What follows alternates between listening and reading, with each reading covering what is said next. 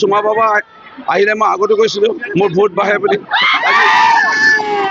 আজি সুমা বাবা অহাৰ কাৰণে বহু মানুহ ৰাইজৰ দলৰ কংগ্ৰেছ দলৰ আজি ভাৰতীয় জনতা পাৰ্টি দলত মোৰ অলপ আপোনালোকে ছ'চিয়েল মিডিয়াত চালে গম পাব, সামাজিক মাধ্যমত ইতিমধ্যে দৃশ্য সকলোৱে দেখা পাব।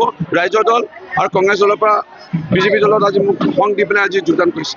নমিনেশ্যনৰ দিনা আপুনি যিহেতু 40,000 ভোটত জয়ী হ'ম বুলি কৈছিলে আৰু মাত্ৰ 48 ঘণ্টা আছে নিৰ্বাচনলৈ, আজি সমীক্ষা কিহৰ সমীক্ষা?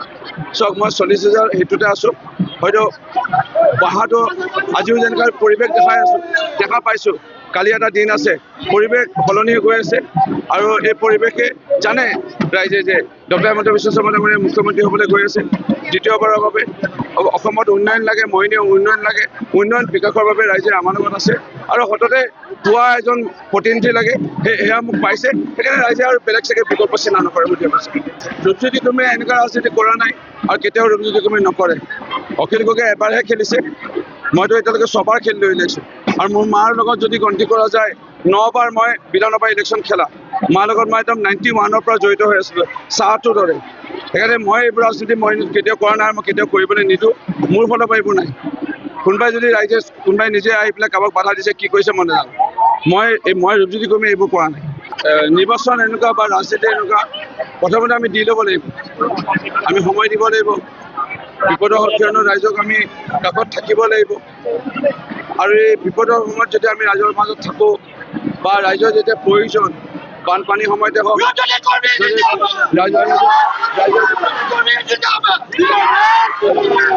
ৰাইজৰ যেতিয়া দুখত যদি আমি থাকোঁ, তেতিয়া ৰাইজ আমাৰ লগত, আমাৰ যেতিয়া প্ৰয়োজন বা আমাৰ আৱশ্যক, তেতিয়া ৰাইজ আমাৰ লগত থাকিব।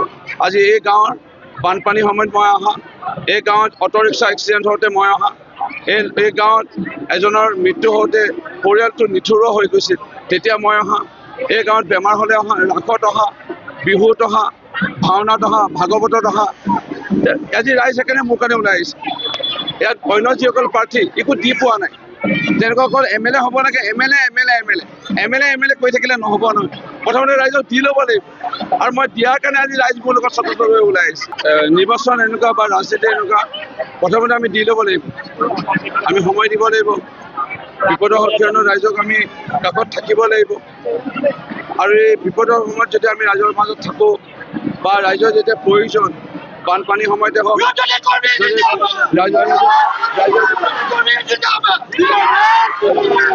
ৰাইজৰ যেতিয়া দুখত যদি আমি থাকোঁ, তেতিয়া ৰাইজ আমাৰ লগত, আমাৰ যেতিয়া প্ৰয়োজন বা আমাৰ আৱশ্যক, তেতিয়া ৰাইজ আমাৰ লগত থাকিব। আজি এই গাঁৱৰ বানপানীৰ সময়ত মই অহা, এই গাঁৱত অটো ৰিক্সা এক্সিডেণ্ট হওঁতে মই অহা, এই গাঁৱত এজনৰ মৃত্যু হওঁতে পৰিয়ালটো নিথৰুৱা হৈ গৈছিল, তেতিয়া মই অহা, এই গাঁৱত বেমাৰ হ'লে অহা, ৰাসত অহা, বিহুত অহা, ভাওনাত অহা, ভাগৱতত অহা। আজি ৰাইজ সেইকাৰণে মোৰ কাৰণে ওলাই আহিছে। ইয়াত অন্য যিসকল প্ৰাৰ্থী একো দি পোৱা নাই। যেনেকুৱা অকল MLA হ'ব লাগে, MLA কৈ থাকিলে নহ'ব নহয়। প্ৰথমতে ৰাইজক দি ল'ব লাগিব আৰু মই দিয়াৰ কাৰণে আজি ৰাইজ মোৰ লগত স্বতন্ত্ৰভাৱে ওলাই আহিছে। ৰূপজ্যোতি কুৰ্মীয়ে এনেকুৱা ৰাজনীতি কৰা নাই আৰু কেতিয়াও ৰূপজ্যোতি কুৰ্মী নকৰে। অখিল গগৈয়ে এবাৰহে খেলিছে, মইতো এতিয়ালৈকে 6 বাৰ খেলি লৈ লৈছোঁ আৰু মোৰ মাৰ লগত যদি গন্তি কৰা যায় 9 বাৰ মই বিধানসভা ইলেকশ্যন খেলা। মাৰ লগত মই একদম 91ৰ পৰা জড়িত হৈ আছিলোঁ চাহটোৰ দৰে। সেইকাৰণে মই এইবোৰ ৰাজনীতি মই কেতিয়াও কৰা নাই, মই কেতিয়াও কৰিবলৈ নিদিওঁ। মোৰ ফালৰ পৰা এইবোৰ নাই। কোনোবাই নিজে আহি পেলাই কাৰোবাক বাধা দিছে, কি কৰিছে মই নাজানো। মই ৰূপজ্যোতি কুৰ্মী এইবোৰ কৰা নাই। আৰু থাকিল কথা, সুমা বাবা আহিলে মই আগতে কৈছিলোঁ মোৰ ভোট বাঢ়ে বুলি। আজি সুমা বাবা অহাৰ কাৰণে বহু মানুহ ৰাইজৰ দলৰ, কংগ্ৰেছ দলৰ, আজি ভাৰতীয় জনতা পাৰ্টি দলত মোৰ অলপ আপোনালোকে ছ'চিয়েল মিডিয়াত চালে গম পাব, সামাজিক মাধ্যমত ইতিমধ্যে দৃশ্য সকলোৱে দেখা পাব। ৰাইজৰ দল আৰু কংগ্ৰেছ দলৰ পৰা বিজেপি দলত আজি মোক সংগ দি পেলাই আজি যোগদান কৰিছে। নমিনেশ্যনৰ দিনা আপুনি যিহেতু 40,000 ভোটত জয়ী হ'ম বুলি কৈছিলে আৰু মাত্ৰ 48 ঘণ্টা আছে নিৰ্বাচনলৈ, আজি সমীক্ষা কিহৰ সমীক্ষা?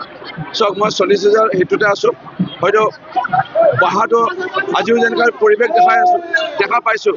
কালি এটা দিন আছে, পৰিৱেশ সলনি হৈ গৈ আছে আৰু এই পৰিৱেশে জানে ৰাইজে যে ডক্টৰ হিমন্ত বিশ্ব শৰ্মা ডাঙৰীয়া মুখ্যমন্ত্ৰী হ'বলৈ গৈ আছে দ্বিতীয়বাৰৰ বাবে।